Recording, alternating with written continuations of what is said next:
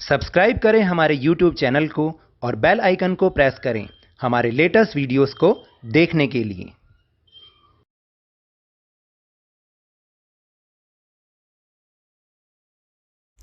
Hello and welcome to Lavnish Sir की class. This is Directorate of Education GNCT of Delhi's worksheet number 78, and it is only for class 9 students. It has taken from the subject Social Science Geography, and we will learn and understand and revise chapter number 4 Climate in this worksheet. So students, पिछली worksheet की तरह इस worksheet में भी हम climate lesson का revision करेंगे। यहाँ पर कुछ इंस्ट्रक्शंस हैं, उनको फॉलो करते हुए हमें क्वेश्चंस के आंसर करने हैं। So without wasting our time, let's start and understand with me. So first instruction is question number 1 to 5 are very short answer type questions. जो 1 से 5 तक क्वेश्चन है वो बहुत लघु उत्तरीय प्रश्न है। Answer of these questions should not be exceed to 1 word, 1 sentence और 30 वर्ड्स। तो इनका आंसर एक शब्द या एक वाक्य या 30 शब्दों से ज़्यादा नहीं होना चाहिए। So let's see and find. Question number 1 is which of the following places receives the highest rainfall in the world, यानी इनमें से किस स्थान पर दुनिया की सबसे ज़्यादा वर्षा होती है। Silchar, Mawsynram, Cherrapunji and Guwahati. So the right answer is B, Mawsynram. Question number 2 is which winds account for rainfall along the Malabar coast? Malabar coast is situated near the Kerala. The answer is the Malabar coast receives rains due to south west winds, यानी जो Malabar coast पर बारिश होती है वो south west winds के कारण होती है, दक्षिणी पश्चिमी हवाओं के कारण। तो क्वेश्चन में भी यही पूछा था कि मालाबार कोस्ट पर किन हवाओं के कारण वर्षा होती है। Question number 3 is where does the very first rainfall of monsoon experienced in India, यानी इंडिया में सबसे पहली वर्षा मानसून की कहाँ पर होती है। So answer is the very first rainfall of monsoon in India is on the islands, यानी जो सबसे पहले वर्षा होती है मानसून की वो होती है द्वीपों पर यानी आइलैंड्स पर। Question number 4 is what is the burst of the monsoon, यानी बर्स्ट ऑफ द मानसून किसे कहते हैं। Sudden rains and severe forms of rains for several days are called burst of the monsoon, यानी अचानक से ही बारिश में बहुत तेजी आ जाना और वो बहुत सिवियर रूप उसका बने रहना, इसको हम मानसून बर्स्ट कहते हैं।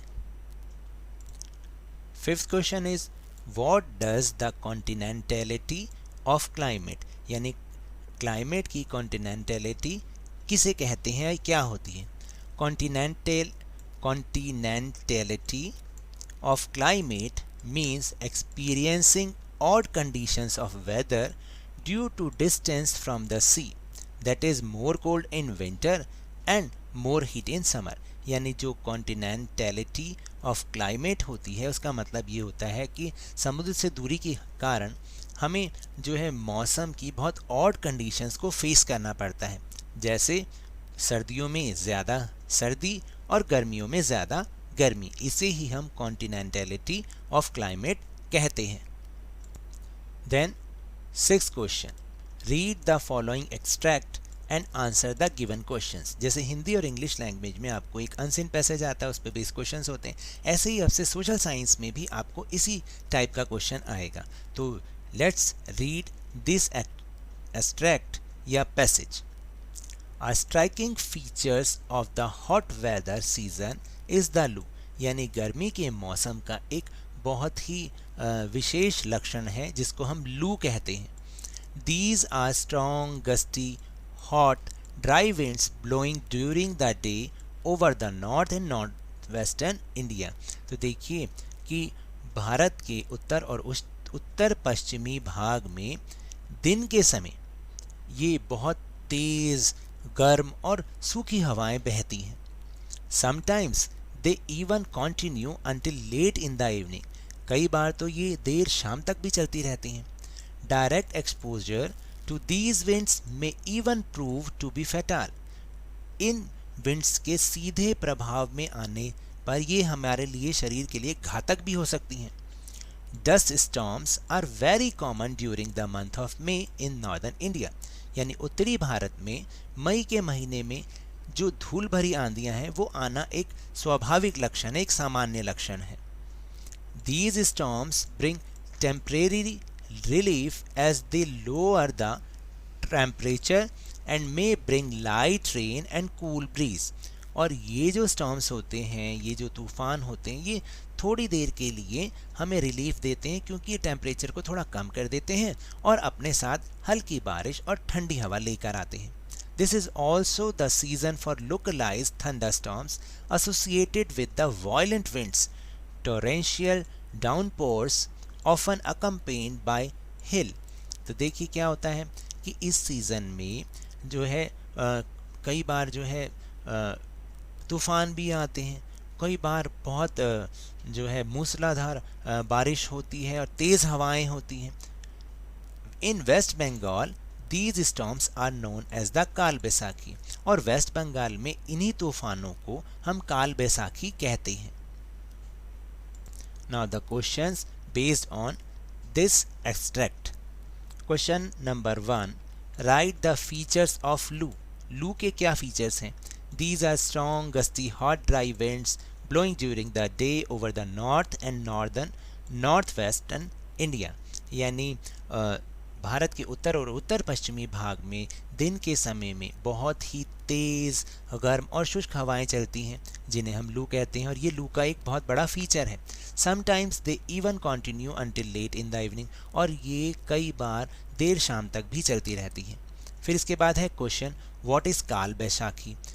काल बैसाखी किसे कहते हैं? Thunder showers with thunder storms during the month of Vaishakh are called Kaal Baisakhi इन वेस्ट बंगाल। देखिए वेस्ट बंगाल में वैशाख के महीने में जो बहुत तेज़ हवाओं के साथ मूसलाधार वर्षा होती है, तूफ़ान आते हैं, उसको हम काल बैसाखी कहते हैं। Now another instruction, answer the question number 7 and 8 in not more than 80 words। So these questions are of 3 marks। तो आपको इसके लिए 3 पॉइंट्स लिखने हैं। अगर मैंने 5 पॉइंट्स लिखे हैं तो आप एनी 3 पॉइंट्स इसमें से लिख सकते हैं। जैसे विच factors affect the climate of India, यानी इंडिया की क्लाइमेट को अफेक्ट करने वाले कौन से फैक्टर्स हैं? First is latitude. Latitude has an effect on the climate of any country. देखिए जैसे किसी भी कंट्री पर उसका लैटिट्यूड बहुत इफ़ेक्ट डालता है उसके क्लाइमेट पर, ऐसे ही इंडिया पर भी उसके लैटिट्यूडनल पोजीशन ने बहुत इफ़ेक्ट डाला है। यानी जिस भी लैटिट्यूड पर कोई कंट्री होती है उसकी क्लाइमेट वैसी ही होती है। जैसे जो इक्वेटर के जितना नज़दीक वाले लैटिट्यूड पर होगा वहाँ गर्मी का क्लाइमेट होगा, हॉट क्लाइमेट होगा, और जो जितना ज़्यादा मोर लैटिट्यूड पर सिचुएटेड होगा वहाँ का क्लाइमेट हमेशा कोल्ड रहेगा। Then altitude, as the height increases the temperature increases, और जैसे जैसे हाइट बढ़ती जाती है टेम्परेचर भी डिक्रीज़ हो जाता है, यानी कम हो जाता है। तो इसका मतलब ये है कि जो प्लेस जितनी ऑल्टीट्यूड पर होगा वहाँ का टेम्परेचर डाउन होगा। डिस्टेंस फ्रॉम द सी, समुद्र से दूरी भी एक बहुत मेजर फैक्टर है। There is an uneven climate when away from the sea and a similar climate when near, यानी समुद्र के जब हम पास वाले प्लेसेस पर होते हैं वहाँ तो हमें इवन क्लाइमेट मिलता है, यानी हमें विंटर एंड समर में कोई बहुत ज़्यादा डिफरेंस नहीं मिलता। लेकिन जितना हम सी से फार होते जाते हैं, दूर होते जाते हैं, फार अवे होते जाते हैं, वहाँ पर हमें अनइवन क्लाइमेट मिलता है। That means more cold in winter and more heat in summer. Then ocean currents, due to the effect of warm ocean currents the climate is even and the climate is cold due to cold currents. तो देखिए क्या होता है कि जो ocean currents भी होते हैं वो 2 टाइप के होते हैं, एक वार्म ओशन करंट्स होते हैं, एक कोल्ड ओशन करंट्स होते हैं।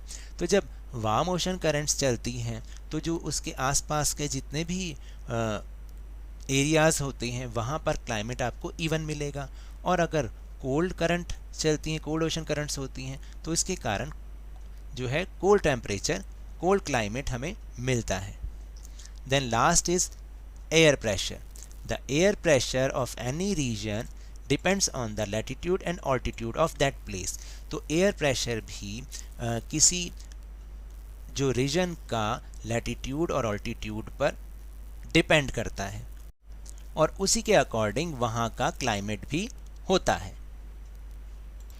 Then 8th question is most important question. Why is monsoon considered a unifying bond, यानी मानसून को एकता में बांधने वाला सूत्र क्यों समझा जाता है। ये मोस्ट इंपॉर्टेंट क्वेश्चन है और मोस्ट ऑफ द टाइम ये 3 और 5 मार्कर क्वेश्चन आता ही आता है। तो इसमें हम क्या क्या लिख सकते हैं, let's see. First point is the unifying influence of the monsoon on the Indian subcontinent is quite perceptible, यानी जो इंडियन सब कॉन्टिनेंट पर मानसून का जो यूनिफाइंग इन्फ्लुएंस है वो हमें साफ तौर पर नज़र भी आता है। The seasonal alteration of the wind systems and the associated weather conditions provide a rhythmic cycle of the seasons। और इस तरह से देखिए क्या होता है कि जो जितनी भी विंड सिस्टम हैं वो भी एक रिथमेटिक वे में चलते हैं इस मानसून के इफेक्ट के कारण। Then the Indian landscapes, its animal and plant life, its entire agricultural calendar and the life of the people including their festivities revolve around this phenomenon। और देखिए जितने भी इंडियन लैंडस्केप हैं या यहाँ पर जो एनिमल या प्लांट की लाइफ है या जितना भी एग्रीकल्चरल कैलेंडर का मतलब होता है कि हमें किस हिसाब से कौन सी क्रॉप को ग्रो करना है या लाइफ ऑफ द पीपल है या उनके जो फेस्टिवल्स हैं वो सब के सब इस जो मॉनसून है इसके चारों तरफ ही घूमते रहते हैं और ये इस तरह से हमें यूनिफाई करता है। Then 4th point is year after year people of India from north to south and from east to west eagerly await the arrival of monsoon. और देखिए हर साल जो उत्तर से दक्षिण के लोग या पूर्व से पश्चिम के लोग बहुत ही उत्सुकता के साथ इस मानसून के आने का इंतज़ार करते हैं। तो इस तरह से ये हमें एकता के सूत्र में बांधता है।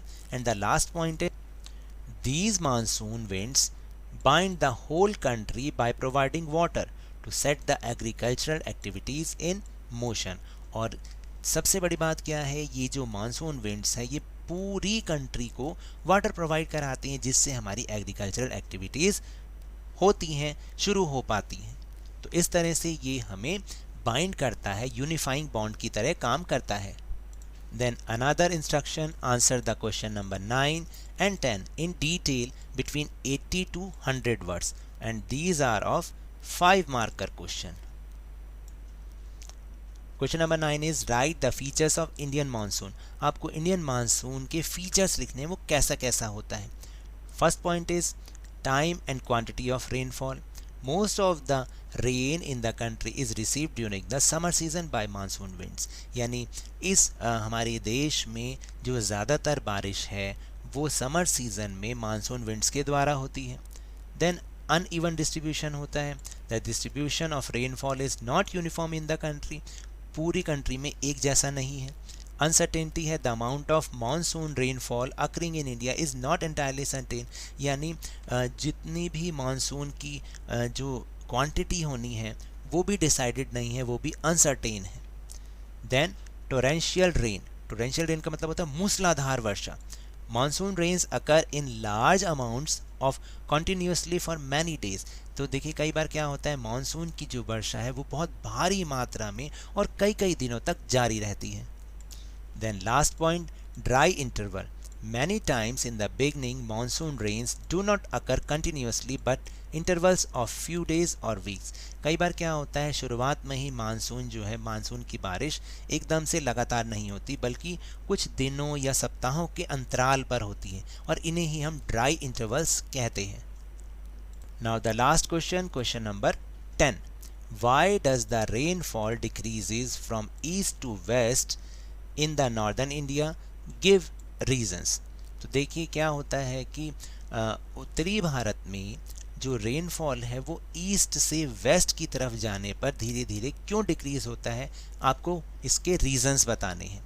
सो let's find these reasons. First is due to the triangular shape of the peninsular India, the southwest monsoon is divided into parts, Arabian Sea branch and Bay of Bengal branch. क्योंकि हमारे जो पेनिसुलर इंडिया है यानी प्रायद्वीपीय भारत है उसकी shape ऐसे we की होने के कारण ये जो साउथ वेस्ट मानसून है ये दो पार्ट्स में डिवाइड हो जाता है. एक को हम कहते हैं अरेबियन सी ब्रांच और दूसरे को कहते हैं bay of Bengal branch. Then second is the humid Bay of Bengal branch enters the northeast at a rapid pace and collides with the hills located there and provides pouring rain. क्या होता है, जो humid वाली बे of Bengal branch होती है वो फिर north east में सबसे पहले जाती है और बहुत जल्दी से जाती है और वहाँ पर हिल्स से टकराकर, पहाड़ियों से टकराकर वहाँ पर वर्षा करती है.